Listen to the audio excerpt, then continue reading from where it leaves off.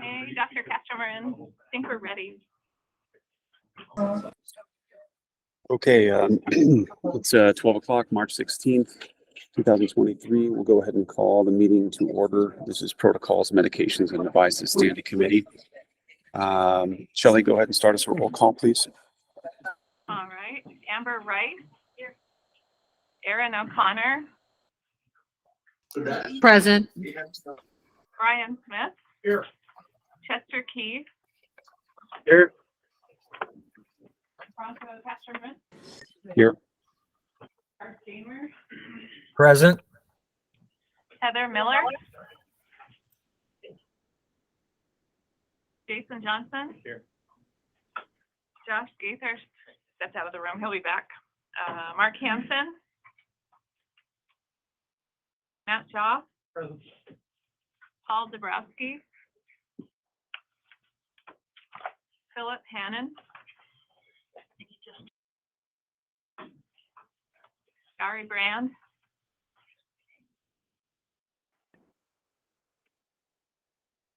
Count 10, we have quorum.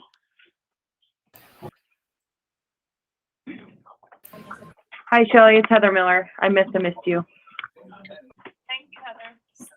Yep, this is Philip Hannon. I also missed. Sorry. All right, let's go ahead and start with the chairman's report, please.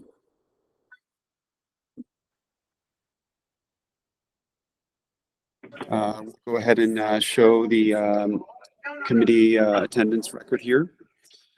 And just as a reminder, if you miss, what is it? Is it 3 or more or 2 or more, Shelley? I put on my notes in front of me. 2 or more. Then the Bureau will reach out to make sure that you are continued attendance, that you're still interested in continuing to attend and be part of the committee.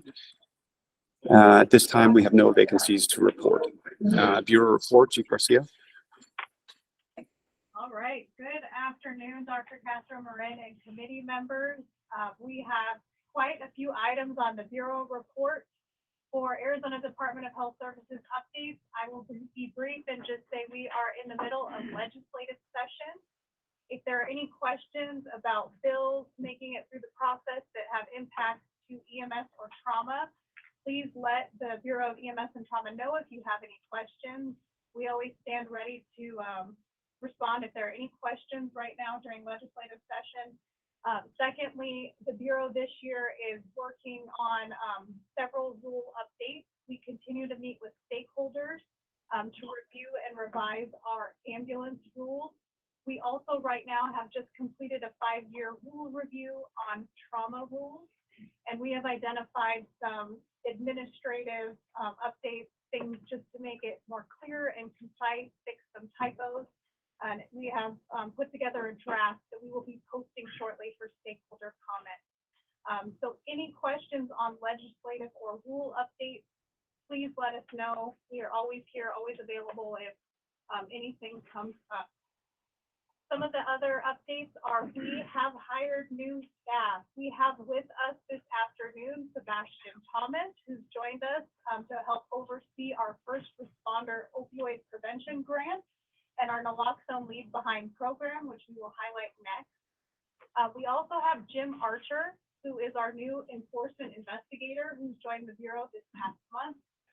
And although she doesn't like the attention, I'm also going to call out Julia Vinton, who is officially accepting promotion as our EMS and Trauma Services Section Chief. So congratulations to all. We really appreciate you and look forward to having them work with the committees moving forward. Next up, we have the naloxone Leave Behind program, and Dr. Bradley on the line with us this afternoon. Gail, would you like to take it next? Yes, thank you very much. So just wanted to highlight the naloxone Leave Behind program. I know we've mentioned this twice already today, but this is a continuation of our FR Care grant for the additional 4 years.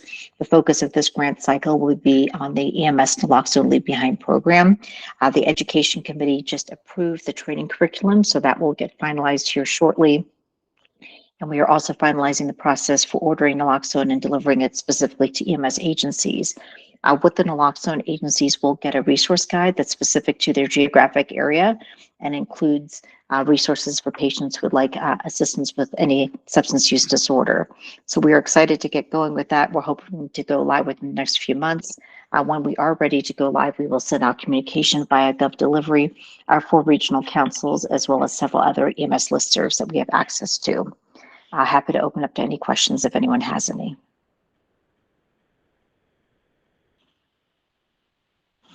All right, thank you. Excellent work. We are looking forward to being able to promote that program further, especially now that we have Sebastian on board as a resource. Next up, we have an update on our state EMS portal and the new system image trend that is scheduled to go live here in April. We have some slides to share, and Ligia Castro on the line to provide those updates. Ligia? Good afternoon, everyone. So we've been working on the transition to our new LMS website. Shall next slide. So once you get into the ADHS, it's a little bit simpler for you to look for bureau. So if you click on emergency medical card technician, it will take you directly to our website. Next slide, Shelly. So once you click on that, it will bring you to our website. If you see the banner at the top, that's letting everyone know that we're going to be going offline March 31st.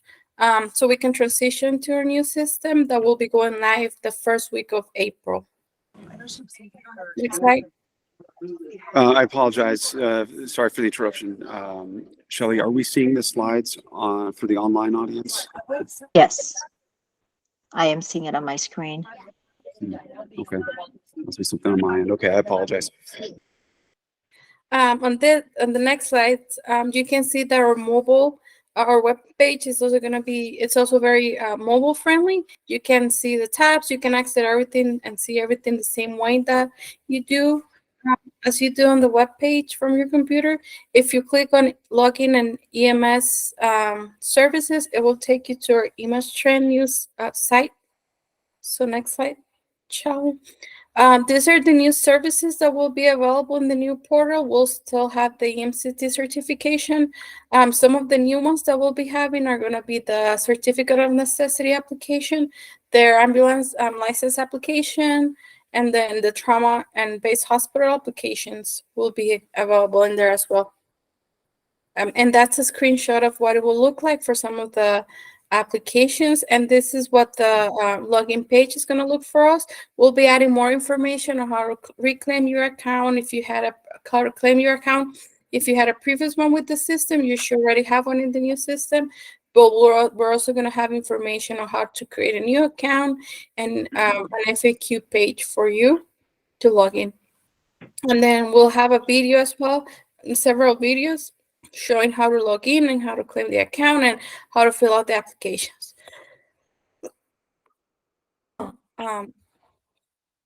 Shelley, if you want to play the video. So I know last time the video didn't have sound, but the steps will be very simple. The website is very user-friendly. We've had good feedback from the stakeholders, some of the stakeholders that were able to look at the website. And some from our staff too.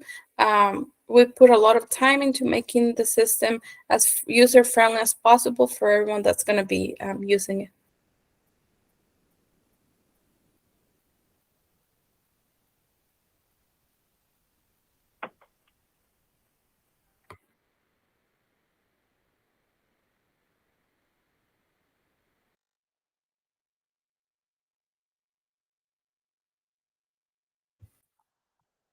Thank you.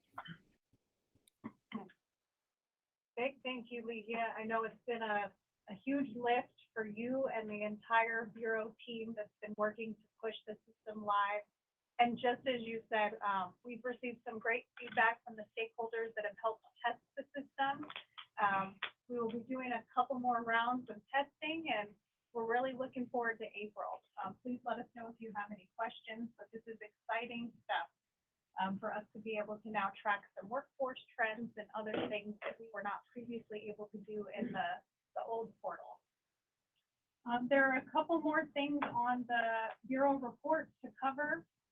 There is a link to the National 911 Annual Report with 2021 data that we just wanted to make sure folks knew was available now. And I will turn it over to Julia for an update on the strategic planning needs assessment we're conducting. Thanks, Rachel. So the Bureau is working with 4 regional councils to conduct the 2023 statewide EMS and trauma system needs assessment. The results of this assessment will be used to develop a statewide EMS and trauma system plan and 4 regional emergency medical services plans. The assessment will invite responses from 2 target groups, individual EMCTs and organizations, which include EMS agencies, hospitals, training centers, and dispatch centers. Beginning today, we are excited to be able to share the link for the individual EMCT survey, which will be distributed widely. We plan to promote the survey via GovDelivery as well as through our EMS portal. We invite you to participate in the assessment and share with those that you feel might be interested in participating. If you have any questions, you are free to reach out to me, and I will go ahead and put my email in the chat as well as the link to the survey. Thank you, Julia. I don't think we can stress enough how much we would like to encourage folks to participate. Julia said it very well. The survey is for individuals and organizations. The more participation we get, the better feedback we get will help inform our strategic plans both at the state level and the regional council level. And we really appreciate everybody taking the time to promote and participate in that survey. It's possible that it will also help inform funding needs in the future. So thank you, guys. Next up, we have the EMS annual report with Dr. Bradley. Thank you. Shelley, if you can go ahead and display the snapshot, please. We will also share a link to the annual report in the chat as well. I know we have a busy agenda today, so we just wanted to highlight the snapshot, which is a summary of the annual report. A big thank you to Vatsal and her team for producing this report. This is the 2022 Arizona EMS System snapshot. Just a reminder that the way the data does come in from the hospital discharge database, this is a summary for 2021 calendar year of EMS incidents. I'll go through it a little bit more briefly than the last meeting, but you can see the total EMS reports for 2021, including the analysis, was just over 1,100,000. You can also see at the top right the number of active EMCT certifications along with new EMCT certifications. We are looking forward to the new image trend system and do feel that this will allow us to more adequately track our EMCTs in the state. In the center there on the left, you can see the pediatric in primary and secondary impressions of interest. You can see injury is a very high percentage at 19%. Seizures, interestingly, when you look at pediatric versus adult patient population, in pediatrics, it's 6.4%. It's just over 2% in adults.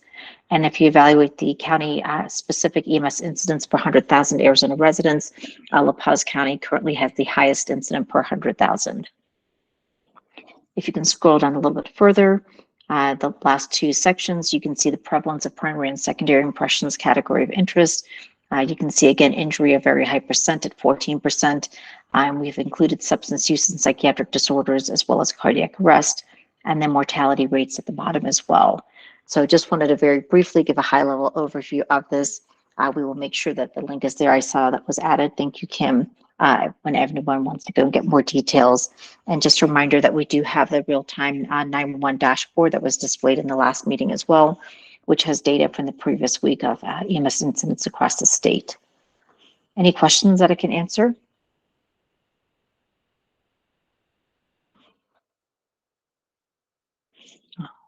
All right, hearing none, I think we just had the last agenda item for the Bureau report. And Dr. Bradley, to round that out, we wanted to make sure that stakeholders are aware that ADOT posted their tentative 5-year plan for construction. We wanted to make sure that EMS and trauma stakeholders had an opportunity to peek at that and provide comments. If there is anything that impacts EMS or transport mobility, please take a look, be aware, and submit comments if appropriate. We will turn it back to our chair. And thank you very much.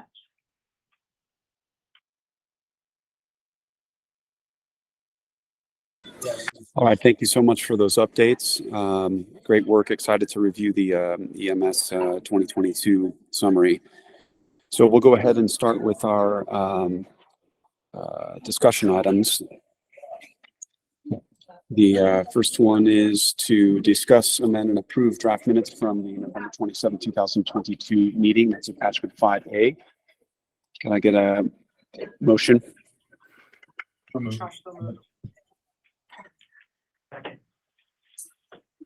Here in the room, we've got Josh Gaither with a motion and Brian seconding.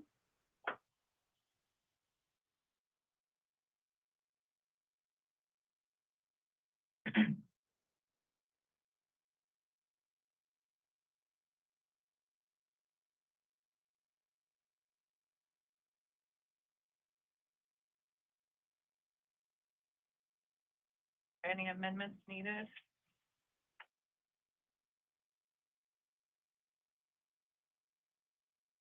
I move to vote.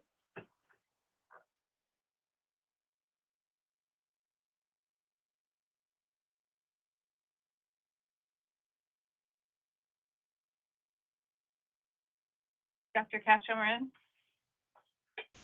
He just sent me a message saying that he lost his connectivity.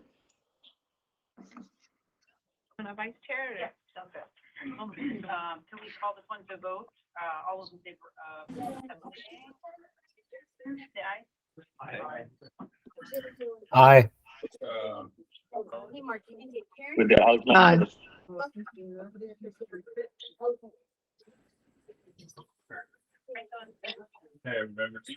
Sorry, I'm back on now. Okay, we voted on that one, Franco.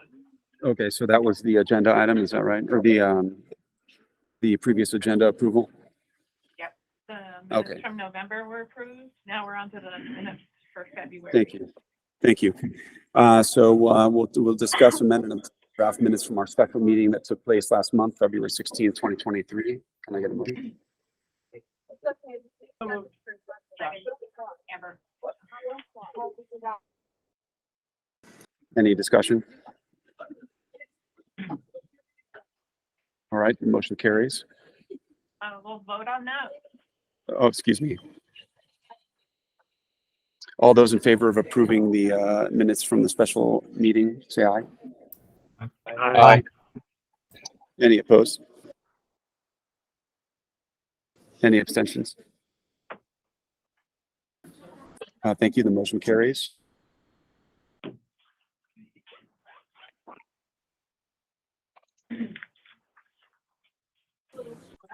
All right. So the next item is to discuss, amend, and approve the draft updates for the T3Gs. Looks like starting with OBGYN. Sure. I want to make a motion. I can cover these. Motion to discuss. Seconded. Josh made a motion? Yeah. Sounded like you're invisible.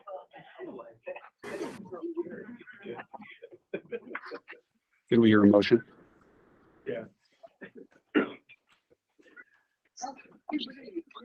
Sorry, a lot of background noise. Okay, thank you. Go ahead, Dr. Bradley. All right. So I went ahead and you can see in red where there is some kind of potential edits from the NASEMSO updates. So some of these, I think when you look at this, you can say we had gently pull versus guide the head. So I think these should be relatively innocuous. There's some information regarding time frame for waiting after delivery for clamping, cutting the umbilical cord, as well as the length of the umbilical cord. And then if complications are identified for kind of some space editing, I have moved the apply high flow oxygen to mother up into that kind of overall header. That gave us a few more lines below. This was a pretty detailed section before, and NASEMSO goes into quite a bit of details. So I did try to add in some of those details. Again, this is educational. These are pretty rare occurrences. But wanted to include these as these were in the NASEMSO update for shoulder dystocia as well as prolapsed umbilical cord. For maternal cardiac arrest, no changes to that one. And for breech birth, again, just a little bit of updates to match the NASEMSA version as well. And then in the next section, just clarifying about just the terminology fundal massage. I think that's a term many providers have heard, so wanted to include that as well. And then under the EMT and paramedic section for the magnesium dosing, just a couple things. We have a little bit of discrepancy that maybe we'll look at the second page in terms of dosing of 4 versus 6 grams and then the time frame. So I will leave that one, and as we look at the next one, we can come back and just decide what time frame we would like to use for that. For the OBGYN conditions, so just a little clarification on patient positioning for transport. Oh, thank you, Shelley. I see you added that in. I do not think for this one that we need 12 leads, so we can take that off for that one. Shelley has been working diligently to kind of include the verbiage in all of our guidelines for some of our STRs from our previous meeting. And then if we can move under the paramedic EMTI section, this was just a little bit of formatting and clarification. So just clarifying preeclampsia and eclampsia symptoms. One of the things that I wanted to highlight, NASEMSA does spend a decent amount of time talking about treatment of blood pressure, but other entities do have actual blood pressure medications. And so we do not have that in Arizona in our current scope of practice. So they talk about treatment parameters. This is actually for treatment of blood pressure control. So it doesn't necessarily apply, but I did want to highlight that that is where they mention to get the goal to that blood pressure. So when you look at the data, it's pretty specific that they're treating the blood pressure and that a blood pressure goal should be 140/90. And then if you kind of go down further, realize we did not have seizure listed, which should be under eclampsia. And then added in the verbiage to match of any pregnant patient more than 20 weeks gestation who's seizing should be assumed to have eclampsia and treated as such until arrival at the hospital. So the two areas to kind of consider for magnesium dosing, in the NASEMSA version, they do talk about seizure prophylaxis versus seizure treatment. And seizure prophylaxis, they have listed as 4 grams IV, and that is over 20 to 30 minutes, followed by 2 grams an hour if available. And then seizure management, they have 6 grams IV over 5 to 10 minutes. So there's a little bit of difference there. They do have the hypertension treatment. They have a 4-gram dosing. So we don't necessarily specify treating the blood pressure because we don't have the other 3 medications that NASEMSA lists, which are labetalol, hydralazine, and nifedipine. So I wanted to highlight those key pieces, and then also added in that last bullet for after seizure not responding to magnesium, refer to seizure guideline and treat with benzos. So I think the big discussion point is just clarifying regarding the blood pressure management as well as the seizure prophylaxis. Hi, Gail. This is Amber. Yes. I have a question about oxytocin. So it's currently still in our drug box, but we don't have a place anywhere in this protocol where we give instructions for use. The place for the childbirth guideline might be the place with the oxytocin administration instructions. I don't think we have it in any other guidelines. No, we don't. And I think there was quite a bit of discussion back and forth on that. The interesting thing when I look at the NASEMSA one, I don't see oxytocin listed in theirs either under childbirth. So Remember we talked about it last year quite a bit, but then for whatever reason we kept it in the drug box. I just wanted to bring it up since we still have it, but we don't have a guideline to use it. Mm-hmm. No, I think it's a great point, and that's something that may be worth looking into. I know that Anne Vosbrink is working at finalizing kind of the medication administration log, which I know Dr. Spade had requested. So she should have that before MDC in May to kind of look and see what the frequency of utilization, because that is a report she is currently working on. Okay, that makes total sense. So I will make sure that I make a note of that. Gail, this is Franco. I have a follow-up. as far as the blood pressure parameters, usually what we're looking for is a hypertension trend lasting at greater than 15 minutes.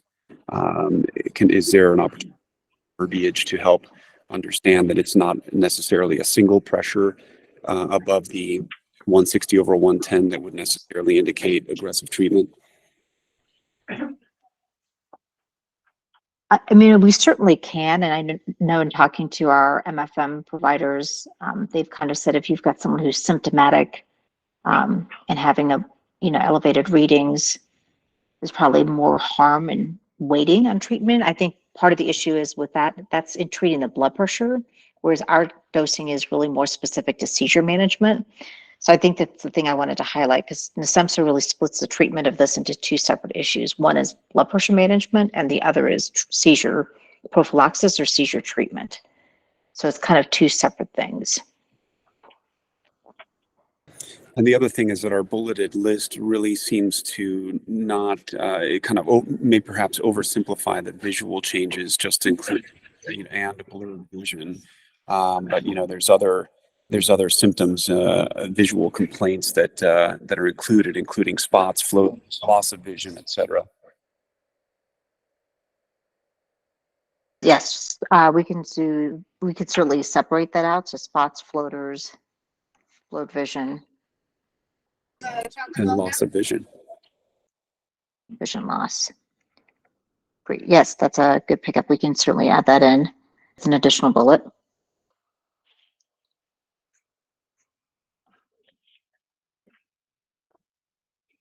So thoughts in the group in terms of clarifying this? I do think that there is a little bit of difference of how that is outlined in this NSEMSA version. So I wanted to at least kind of bring that up for discussion for this group.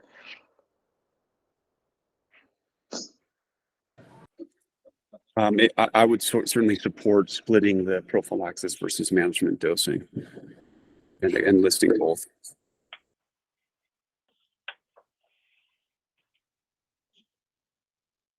What's the minimum? Is it 5 grams or 10 grams? So the minimum is 5 grams, but we have an order for 6 grams on here, which means everybody's going to have to carry 10 grams now in order to meet the order. And then just for kind of a technical thing, where it says treatment with mag sulfate, you got to move that paramedic only up to there so that it's not, and then indent the seizure prophylaxis, seizure management. But what are we going to do about the discrepancy if we only have 5 grams?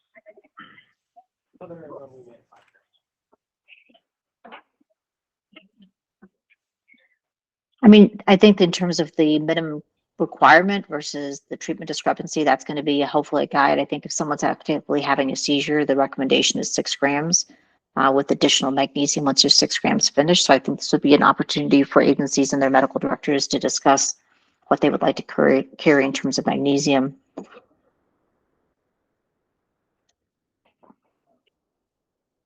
The seizure guidelines, when we discussed it, I don't recall. Right now, it currently says for pregnancy 4 grams in the seizure guidelines, but I can't remember if we went to 5 on that. I think let me go back to my notes for that. I think we discussed it in the seizure guideline, the same issue with 6 grams versus 5, and I just don't remember where we landed on that. But currently it says 4. So it looks like we decided on 5 grams over 5 to 10 minutes for seizure. So we could do that to match it.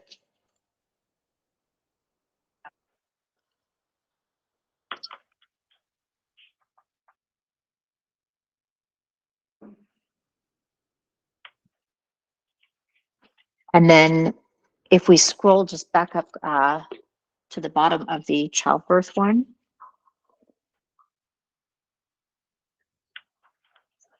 Maybe what would be cleaner for this version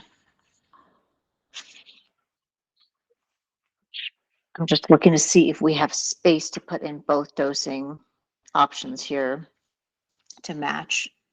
It would be tight, but I think there's going to be some, I think we actually can. We're going to delete some lines so we can match the verbiage for the OBGYN. So we have seizure prophylaxis, seizure management separately. Alternatively, if you find that there's not enough room, you can always just put a hyperlink to the page with the verbiage.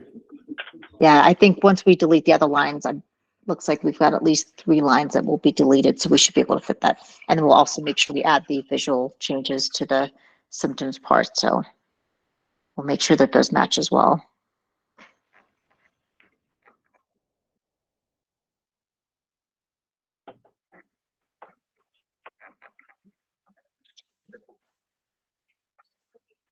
And thank you, Amber, for reminding us about the seizure dosing.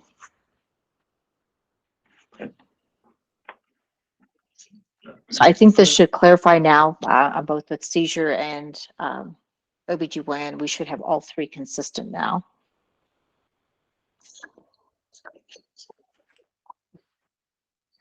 And those were the 2 OB guidelines updated with the NSMSO changes.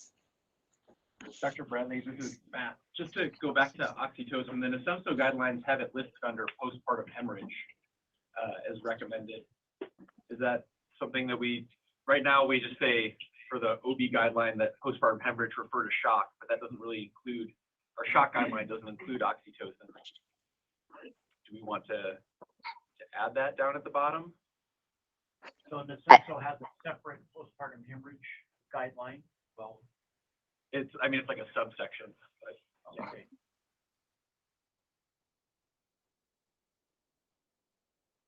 See that being helpful for rural agencies? Yeah. We don't use it in our urban setting because you're 10 minutes of uterine massage and you're at the hospital. So if you're an hour away, that could be different. Some of our rural agencies keep it that way. Yeah, and looking at NSMSO's postpartum hemorrhage, they have obtained history, performed fundal massage, fluid resuscitation, considered TXA, and then the last recommendation is consideration of oxytocin. So it's really kind of the very last recommendation on there. I think when this was first approved at the state level, there was quite a bit of debate and discussion about whether or not this was indicated in the pre-hospital setting. And so I think why it never got added into the actual treatment guidelines, even though it was added to the drug table.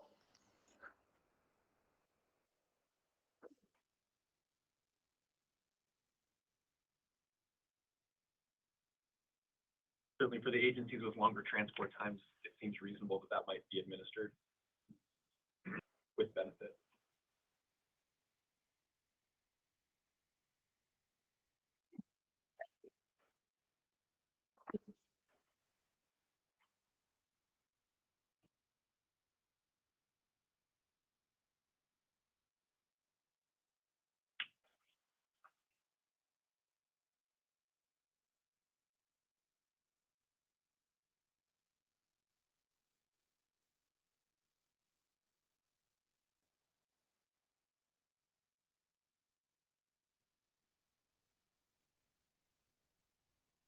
Any other amendments needed? Are we going to add in the oxytocin? Gail and Franco, are you still on? Yes. How do you feel about adding oxytocin to that section? To the section regarding childbirth, Postpartum hemorrhage. Yeah. postpartum hemorrhage. Okay. I think like what Matt said is, I think, this is Jason, I think you could just get away with just one line that says postpartum hemorrhage, consider oxytocin, blah, blah, blah, just like one line. And this would be under the childbirth page, correct? Correct. Or I think it'd be under the OB gynecological conditions at the bottom. Right.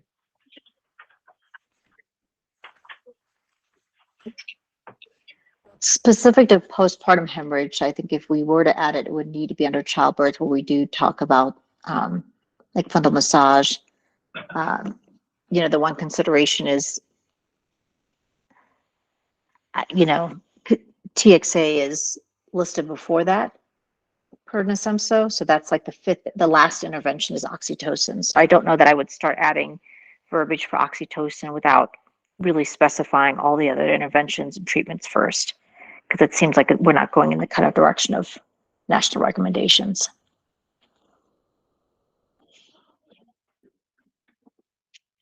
Right now, I don't think postpartum hemorrhage is even really spoken to then on either of these. And I would suggest we probably need to add that somewhere if that's the direction that we would want to go. Otherwise, we have a kind of a gap there, right? Right. So could we, I mean, I think this needs a little verbiage massaging, pun intended here. That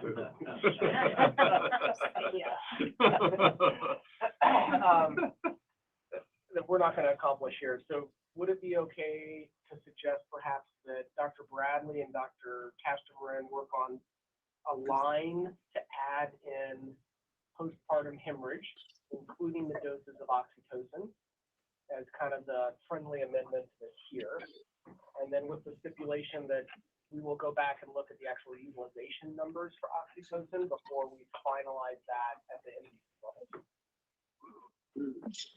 I think the question is more of, does it stay on the drug table or not? Probably. So I think we went through that like a year ago, which had pretty heavy discussion. And same way with us, it's like our local crews don't really need it, but the ones who transport an hour plus to come in, they're also the ones who probably have 1 or 2 out of hospital deliveries a year. Hemorrhage, but right, that it could happen.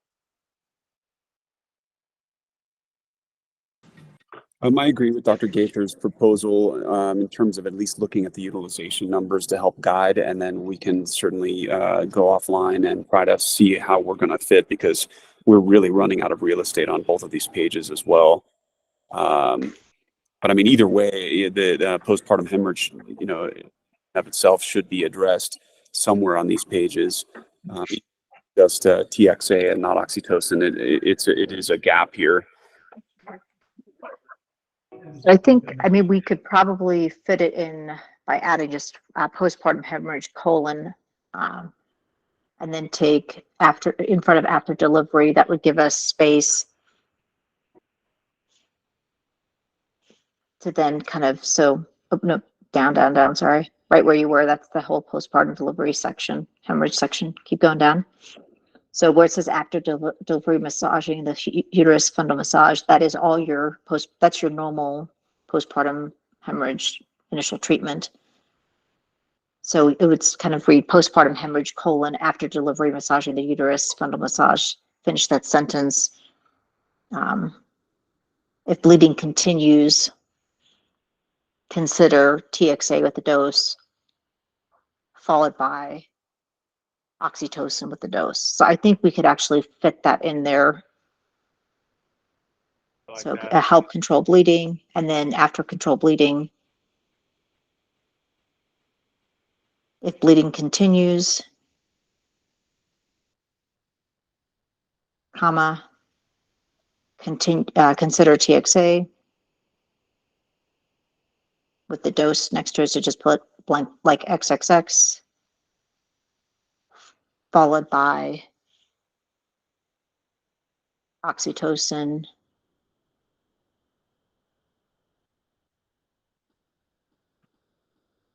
if continued bleeding. I think we could probably fit it on two lines, I think, maybe a third.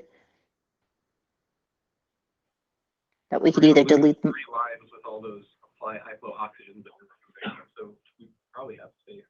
Right, and I think, and Yes. the only other thing, you'll probably have to move that section down into the EMT, I'm sorry, the paramedic section, because right now that section went, yeah, right in there, all of that is right under the EMT. So if we would just have to move that down. Yeah.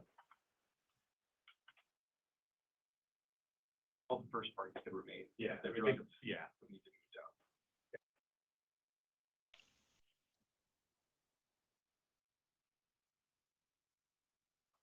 down. So we could certainly fit that in if that's the preference for the group.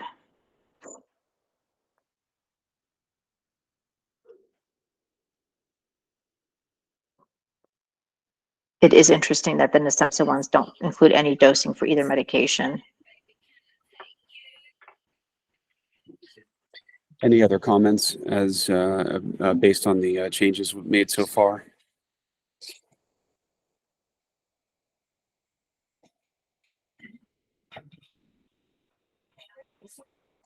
Hearing none, can we go ahead and take this to a vote to approve as shown with the edits as discussed, the two OBGYN pages, childbirth as well as OBGYN conditions?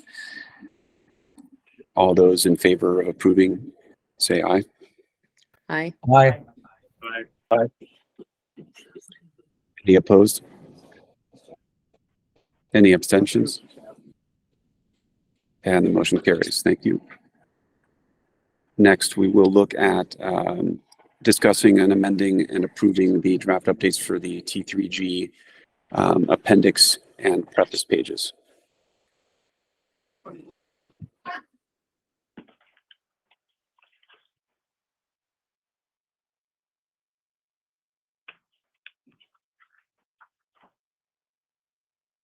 I have a motion yet. I'll make a motion to accept. All right, we've got Brian for the motion to approve. Is there a second?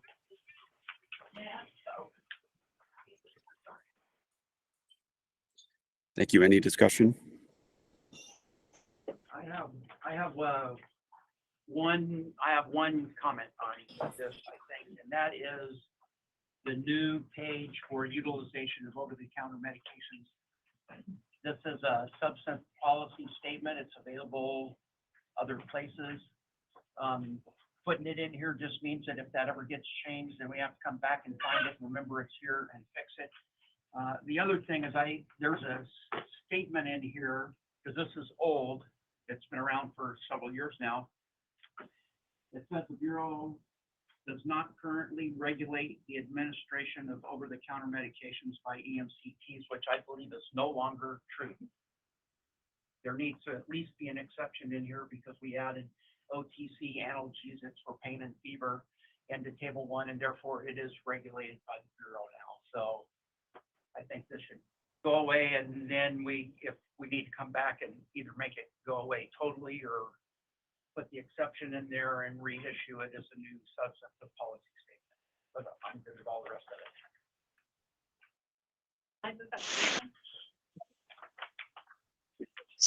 Thank you for catching that, Brian. It's probably easiest if we go ahead and delete that because that is available readily on the Bureau's website.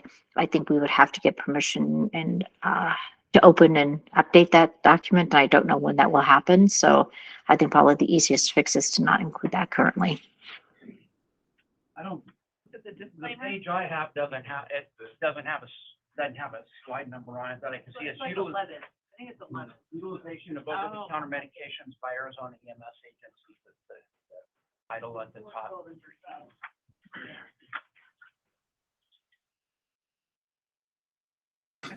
So just to make sure I understand, is the proposal to omit this entire page or just edit that, remove that paragraph? Remove it. We can't remove that paragraph from this document. No. This is a guidance document that gets approved outside of the Bureau. So Remove the document. Yeah, I would just remove the document.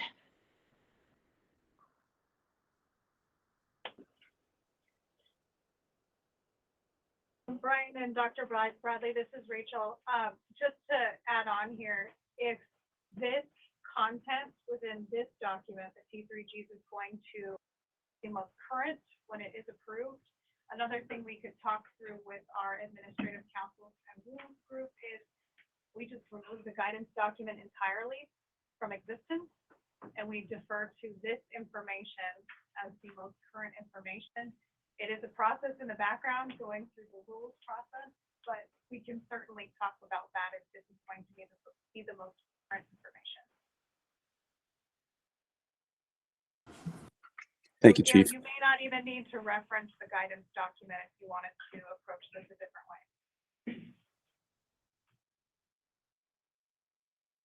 Okay. think it's necessary to keep this in here.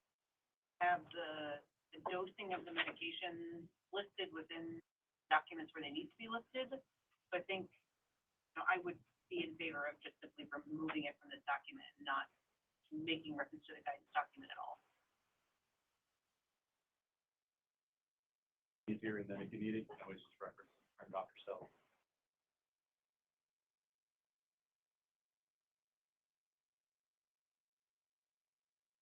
I made a note to delete that slide. Maybe slide needs adjustment.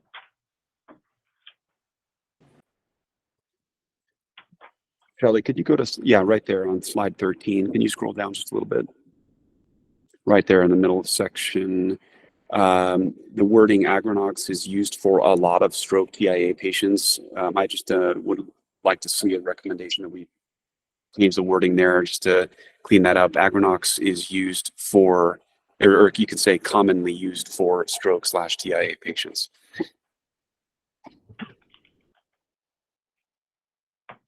And remove a lot. Thank you.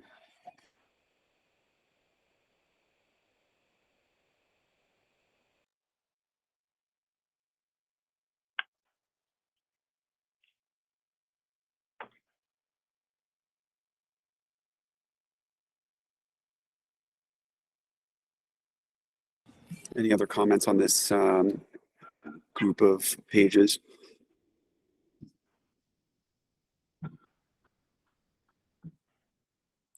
Hearing none. Completion, should we just make sure we scroll each one and their entirety just to make sure the group does, because we would need to make sure when this goes to MDC that there can be a final vote so we can update the TTTGs. So just want to make sure we review these thoroughly.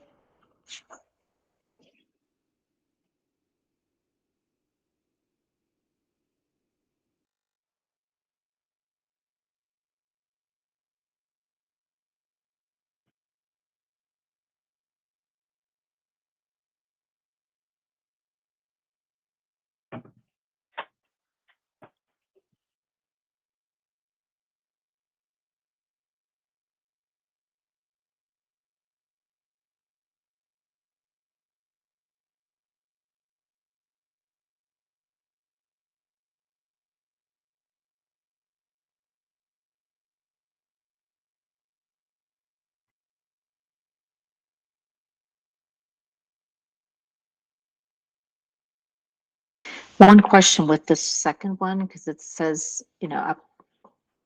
updated version. Just looking at the two algorithms, I'm just wondering the page above and then this one, do we still need both?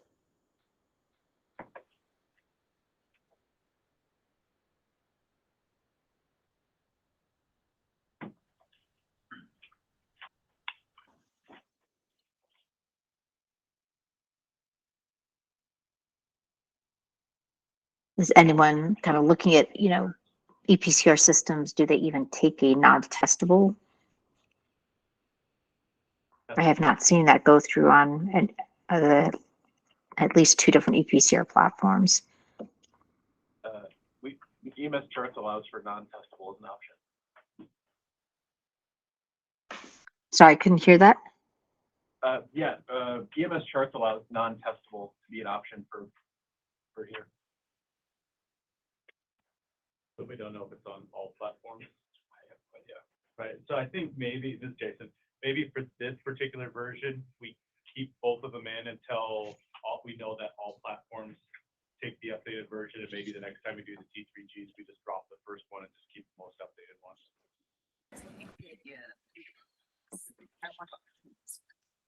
I agree with that recommendation. Sounds good. And I'll see maybe if Anne can also pull what NEMSIS 3.5 takes.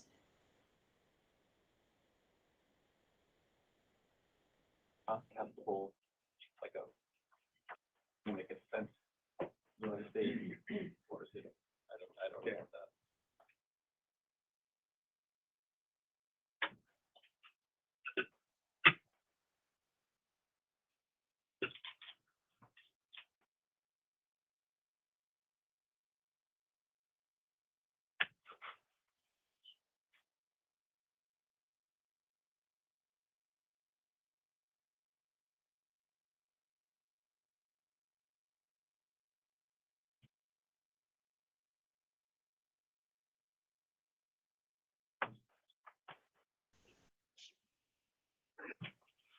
And the question regarding this one, do we still want to include all these infusion charts?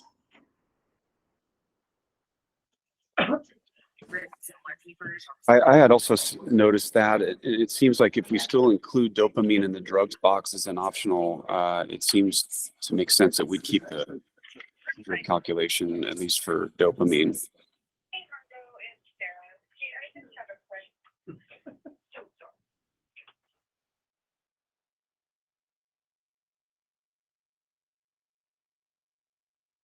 I agree. I think it seems reasonable to keep it until the dopamine goes off. We added norepinephrine, should we, as a drug, should there be a drip chart for that? We also made it. Okay, fair enough.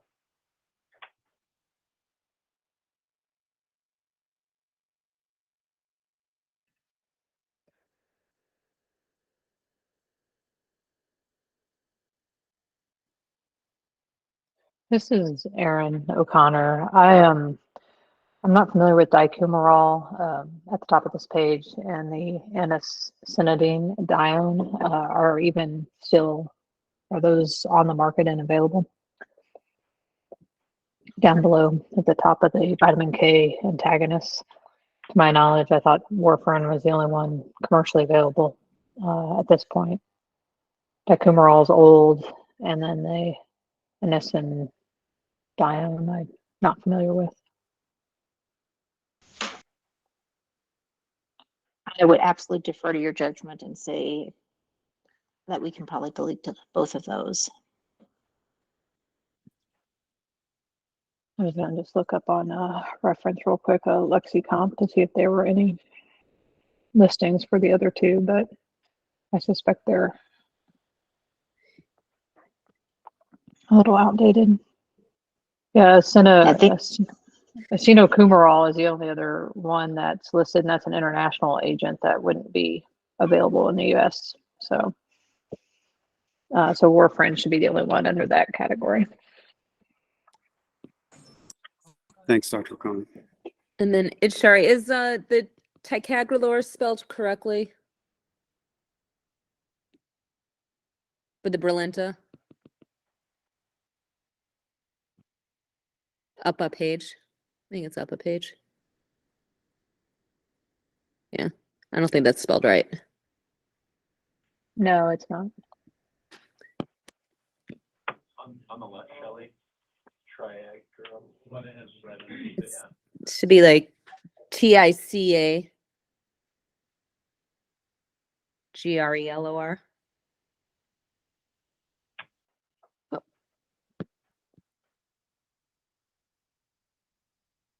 Can I look it up after class? Sounds good, Shelley.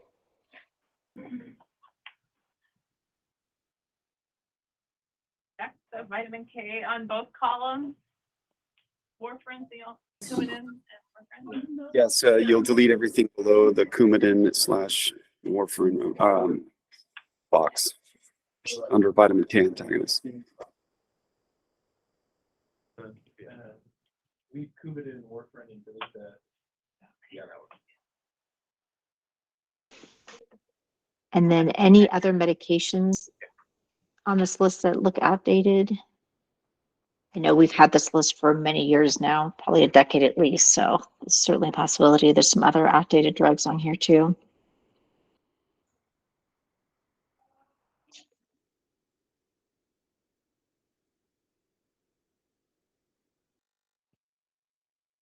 I have one question on argatrobin. That show is both a brand name and a generic name, but it looks like at least one brand name is Acoba. Got the generic name in both spots. Agatraban is the generic. Need to find the brand name. Acoba, ACOBA.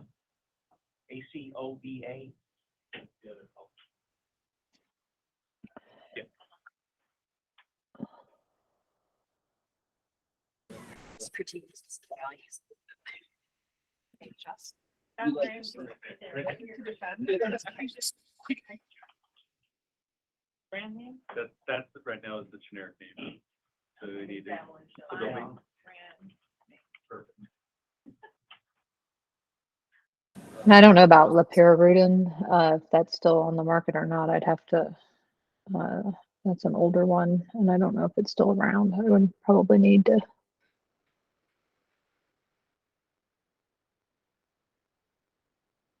Yeah, somebody could check it. It might be able to come off that list.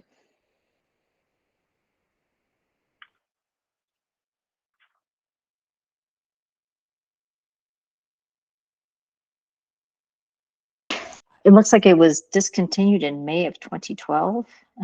A quick Google search. Yeah, and I can't find a trade name for our Gatraban in my drug guide. On Medscape, it said Acova.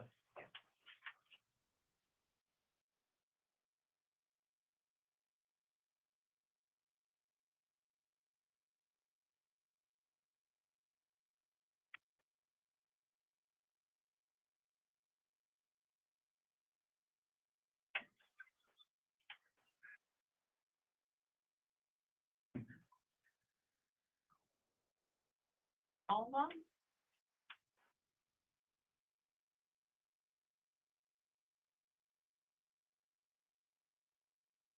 I have, soy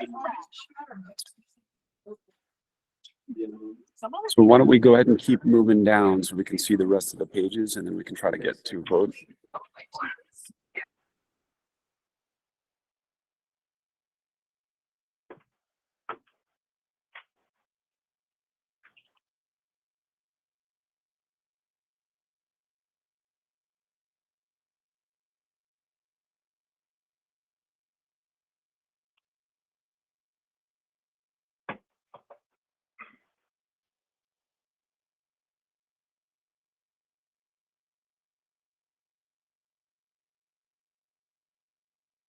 And thank you to Julia, who confirmed and updated the cardiac receiving and referral list. That list is up to date as of January.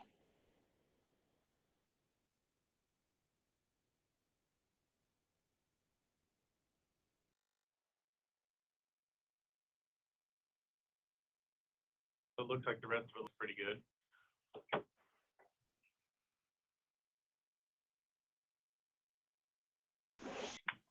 And Franco may have just lost reception. Amber, if you maybe want to take a call for the vote.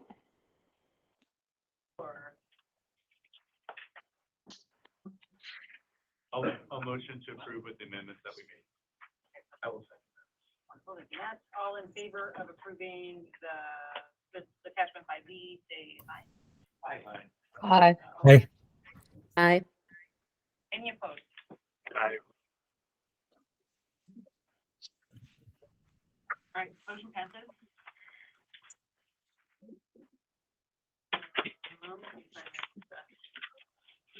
That's right, go back. We're on the ibuprofen, the acetaminophen attachment profile. Okay, so the next item is discussed and approved the drug profiles for ibuprofen and acetaminophen.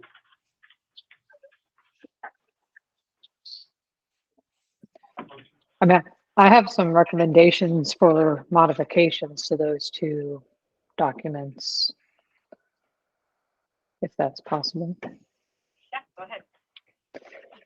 So under the ibuprofen listing, I would remove unknown, and I would just say that, you know, we do know its mechanism of action, right? So as far as its pharmacologic class, we would list it as an analgesic, anti-inflammatory, and antipyretic. And then as far as its actions, I would say that it is a reversible, non-specific cyclooxygenase inhibitor, which results in decreased prostaglandin synthesis. Aaron, can you type that in this chat for Shelley? That would be helpful. Wow. Let me see. Maybe. Spot, but it'd be easier. Yeah, than see if I trying can to type. type it real time. Okay. All right. Well, I can't talk and type at the same time. It's my only problem. We'll give you a If moment. you want to, type, it sounds like the first bullet would be a delete, Shelley, and then Info from chat or something like that. What I'm displaying is not ready for live edit, so I'm making notes. oh, got it. Okay. Sorry, I just saw the PDF on it. My apologies.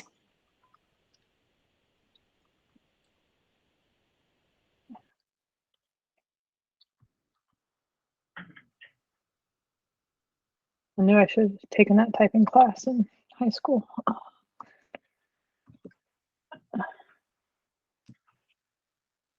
I guess we say decreased prostaglandin and synthesis, maybe. Okay. So then indications, you could just say pain, fever, and anti-inflammatory or anti-inflammation if you wanted, or you could just, depending on how it's going to be used, I guess. But okay. I think the distinction is acetaminophen is a poor anti-inflammatory, and ibuprofen is a much stronger one that's used in conditions of inflammation. So you could add that under indication. As far as absolute contraindications, I mean, certainly hypersensitivity or allergy. And then I guess maybe I would make it and then I think either active and or recent history of peptic ulcer disease or GI bleed, I would consider a contraindication. And then an acute thromboembolic process, if patients are having, it's usually in the setting of recent CABG, you don't want to give it because of the prothrombotic effects. But if they're having an MI, if they're having ischemic CVA, basically anything thromboembolic, you don't really want to, I guess, add to that. There's some debate about whether one dose acutely would be that tragic, but I think given the kind of labeling that exists, we probably want to include that.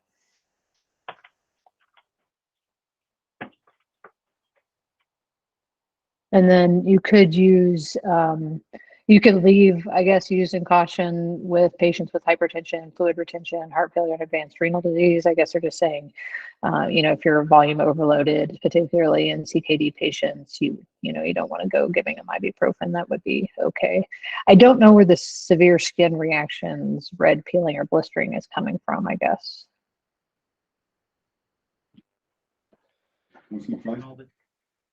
All the documents I looked at to put this together. I don't remember where they all are now. I doing a bunch of online, looking up at Medscape and some other places. I don't know if this is in reference to like Stevens-Johnson syndrome, like just like an SJ reference. I think that I didn't put that in there. I think that was there was more than one thing related to that, but I think that was one of the things in there. To this particular issue. Yeah, I don't know for EMS purposes if that would be help. That precaution is more helpful or confusing, I guess, because then if you have a patient who, a lot of times if patients have like a bite or a sting and they have a red, kind of indurated skin lesion, you can use ibuprofen for that purpose. So I might. I think that's a side effect, though. I think that was a side effect of ibuprofen. It's not a precaution. Yeah, I think that's unclear here because of the way that the heading is listed, Right. that it doesn't. Yeah, I would say delete that one. I would favor that. And then I think peak effect, you could probably say, either approximately 2 hours or 2 to 4 hours instead of leaving it as an unknown. I mean, we kind of know peak effects may occur as early as 2 hours, could take 4 hours, but probably, if you just write 2 hours, that would be fine.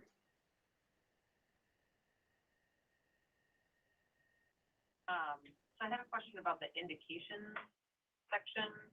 So in some of our other protocols, we have not listed indications for which the medication is not technically approved for in that setting. So I think in this case, we generally don't have approval to use these medications as an antibiotic, but they're listed as OTC pain medications.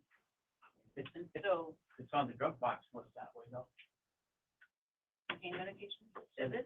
OTCs for pain and fever. Oh, it does say that? Okay, I was But thinking. we don't have a guideline for fever, That's fine. which I brought up when I submitted it. Yeah, that's okay. I think then I would agree with leaving it. Fine.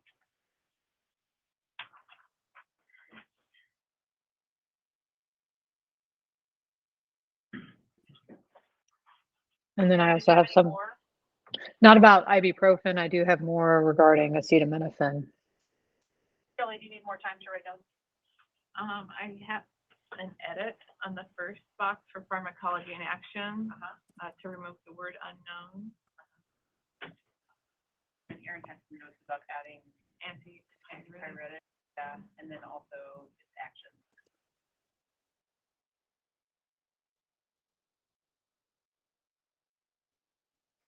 Under indications, did you want? Oh, No, I think it's fine the way it is. with contraindications, I made a note to add recent GI.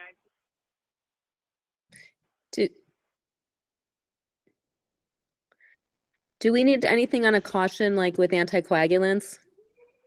Like if they have a choice between ibuprofen and Tylenol and they're on Coumadin, would they want to? Do we want to put that in there for precaution? If they're bleeding, if they're acutely hemorrhaging or having a hemorrhagic complication, then yeah. But if they have a choice between like Tylenol and ibuprofen and they're already anticoagulated on with a potential for something, do you want to just leave it as a? Yeah, in general, you want to avoid it in folks who are fully anticoagulated just because of the antiplatelet effects. But yeah, I mean, so for, EMS purposes, yeah, it might be nice to just avoid that complication. I mean, as a precaution, possibly. I don't know. I think generally we're talking about single doses of these medications. Yeah, I think the only time it's probably truly going to be impactful is if someone were already anticoagulated and they were having some hemorrhagic process. You wouldn't want to give them ibuprofen or aspirin for that matter. So I think clarifying maybe absolute contraindications, active hemorrhage, right? Maybe that would summarize GI bleed, and if someone's on anticoagulation and bleeding.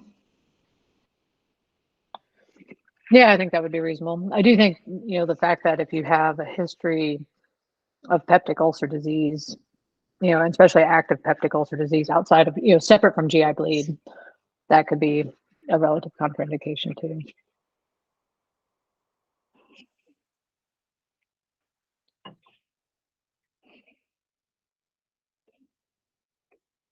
Okay, so under absolute contraindications, I add active hemorrhaging. That's correct.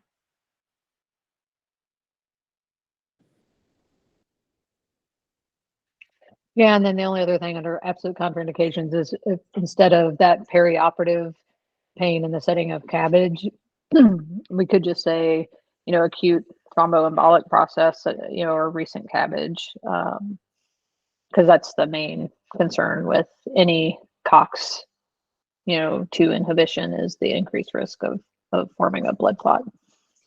And so that's why there's an advisory statement on the labeling.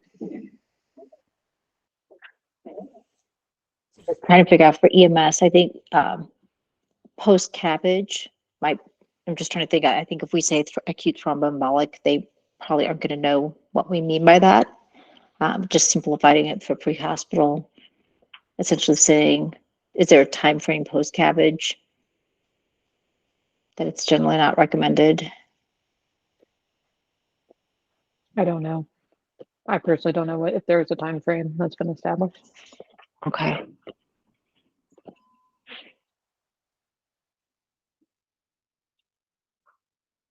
So this says perioperative, so it's relatively vague. If for some reason EMS is encountering someone in the perioperative state post cabbage. Yeah, that's what I thought was kind of strange too, just that it's peri-op, like we're like they. I mean, I think is Yeah. it really consequential, Erin, in the setting of what we would generally consider like a single dose of this medication? Like in my understanding of this, it's more of a repeated use of it, not necessarily a one-time dose. Is there really a concern of giving one dose of ibuprofen to someone who had a cabbage? Well, I think, the problem is, for instance, COX-2 inhibitors, so selective, ibuprofen is a COX-1 and COX-2 inhibitor. The COX-2 inhibitors as a class carry, that's why Vioxx was pulled off the market, is because it was causing acute MIs in folks. And so, yeah, I think there is some evidence to suggest that chronicity of use does not necessarily have to be present. I mean, if folks may have existing risk factors and then they take a dose, could that produce a thromboembolic event? I think it could, which is, well, I mean, what's the likelihood? I don't know, but I do know that's why there is a box warning, issued by the FDA. So and it says it's contraindicated in the setting of cabbage. And then it says that there's increased risk of cardiovascular thrombotic events. So, I mean, and it's a class, both COX-2 inhibitors and ibuprofen will carry that guidance, I guess.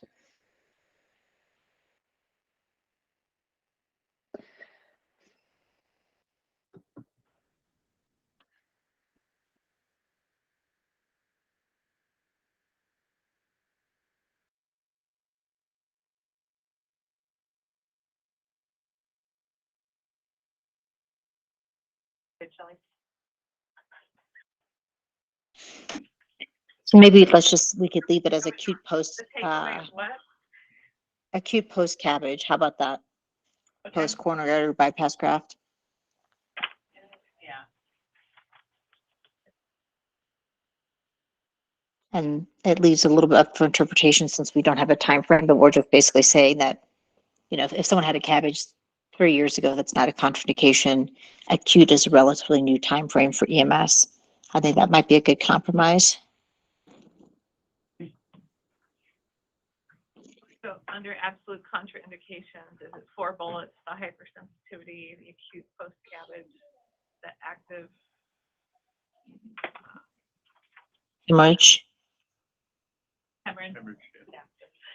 And then the aspirin-sensitive asthma? Yep. Under precautions and side effects, we're changing it to 2 bullets.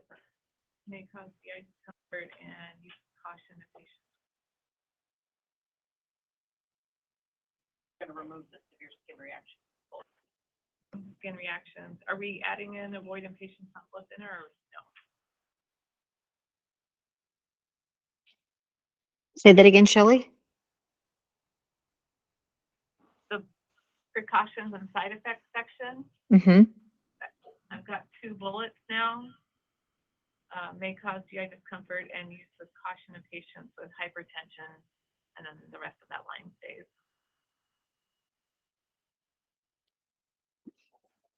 So deleting the third bullet. Yes, ma'am.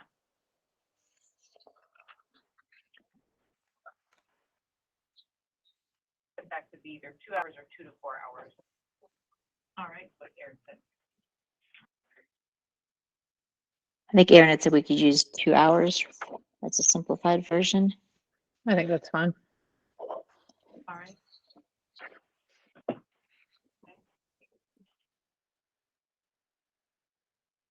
Brandon's still gone. Mike's still gone. Other comments on ibuprofen?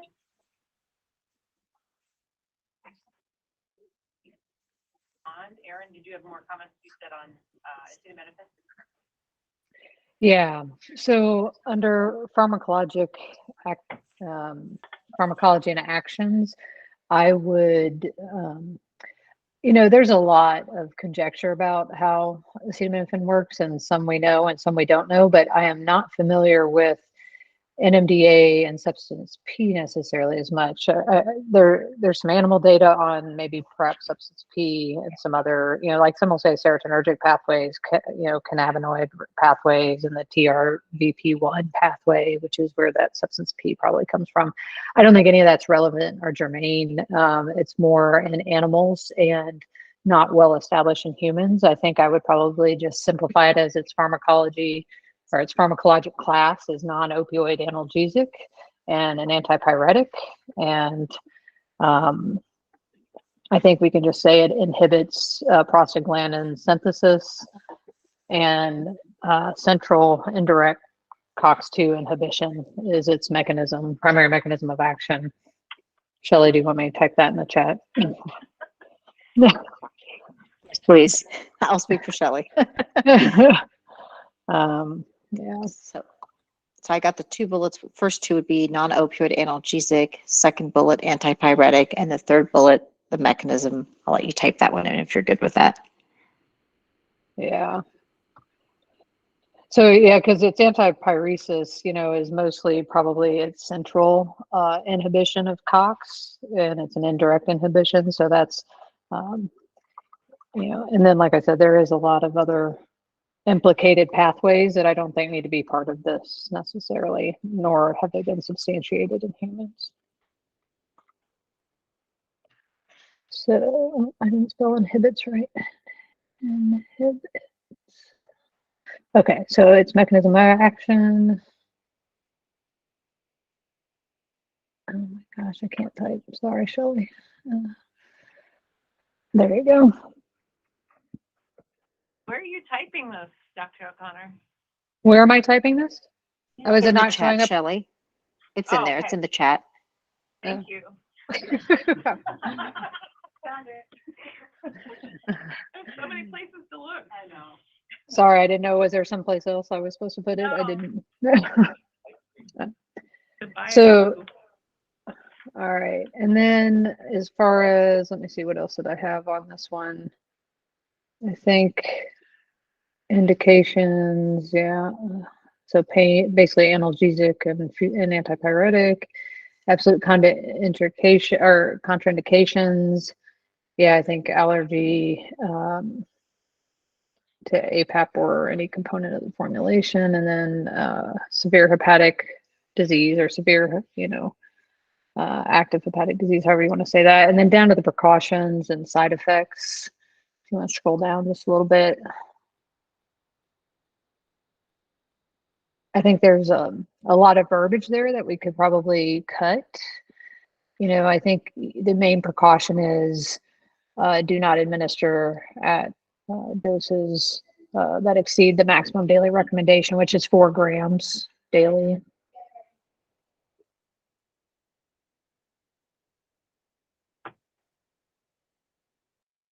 And then the second and third bullet point, the severe skin reactions and swelling of the face and throat, those can probably be removed. I don't, and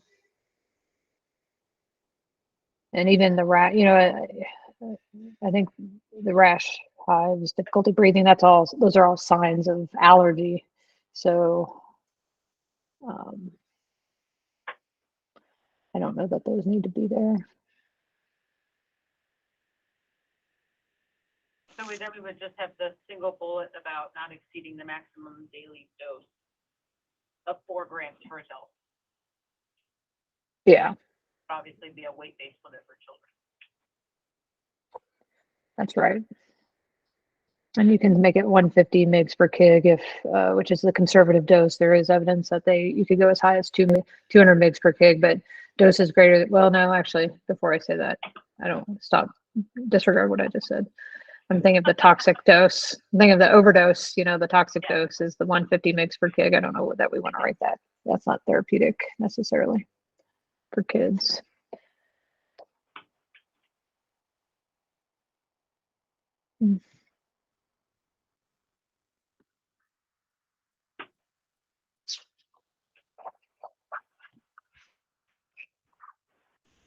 Any Pete's folks on the line?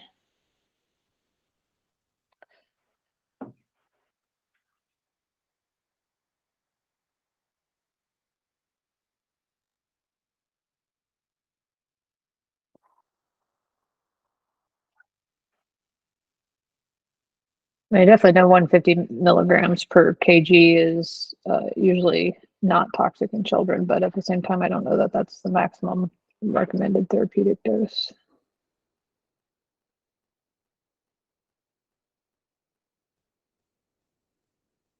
I definitely know 4 I'm grams.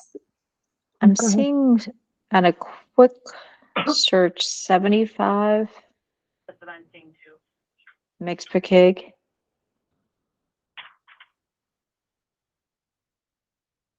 Yeah, that's what I For found. max dose. Yeah, 75 per 24 hours. 75 mg per kilogram per 24 hours. yeah, I just found that as well. So I think we're safe to include that.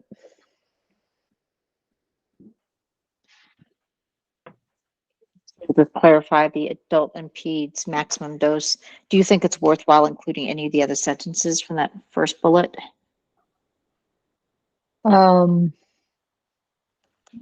Let's see, you could say, And I think it's kind of important to mention that lots of over-the-counter products contain acetaminophen. yeah, That may not be called acetaminophen. I think that's the risk in overdose is that it's getting Dayquil or some version of that that's got Tylenol in it, and then you're not. agree. I think it's reasonable to call someone's attention to the different formulations. I'll let somebody else wordsmith that, I guess.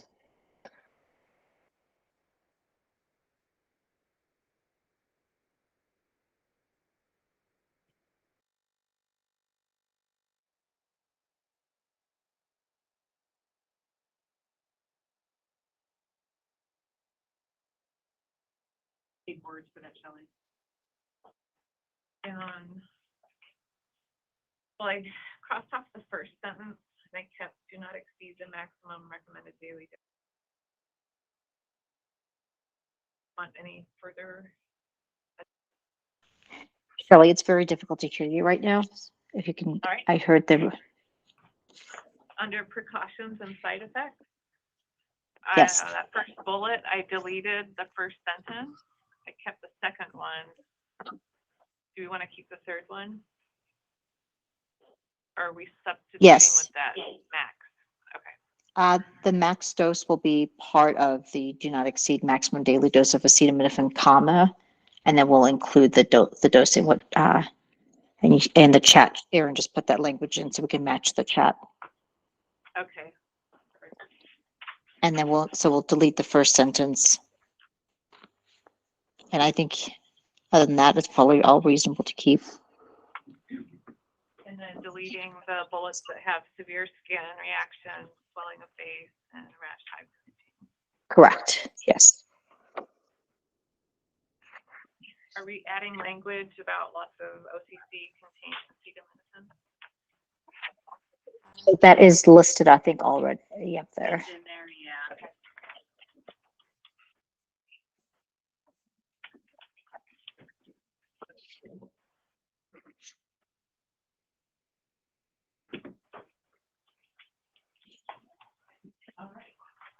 All right. Erin, was that all you had on that one? Yes, yes. Yeah, and honestly, the as far as inclusive, you could probably just say inclusive of all acetaminophen containing products, and just capture that little snippet and that added to what's in the chat, and I think we'd be good to go under precautions. Perfect. Thank you. Okay. Yeah, no problem. Any other comments or suggestions? We're still looking at acetaminophen.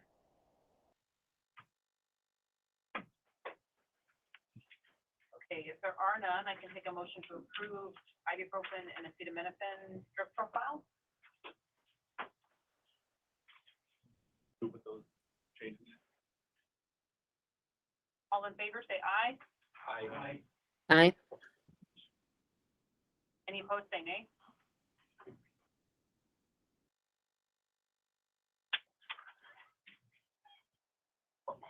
I know Josh. Okay, that motion passes. What's your? Next agenda item is the standing agenda item, which is to discuss, medical direction for hospital-based EMTC practices. Something we just keep on here in case there is something that has come up. I don't recall anything that's like new or upcoming in that area, but if someone has anything. Take off the standing. Yeah, there's nothing coming up. We're gonna sunset this. Yeah. Okay. And then last one, discuss amend and approve forming a work group to approve, to review the bylaws again. Motion. Don't all rush to the table.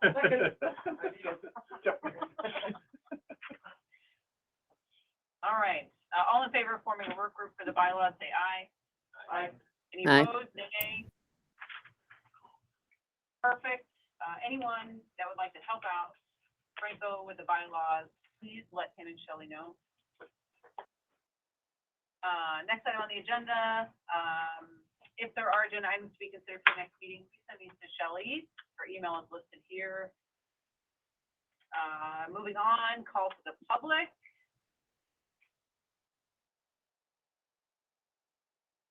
Hearing none, moving on to upcoming events. There are a number of upcoming events between now and over the summertime. So please refer to this list as well as the Bureau's webpage for any additional upcoming events. The next PMD meeting will be July 20th at noon. And with that, we will adjourn the meeting for today. Thank you all. Thank you. Thank you, everyone. Thank you. I don't know where that's at. Sorry, I didn't-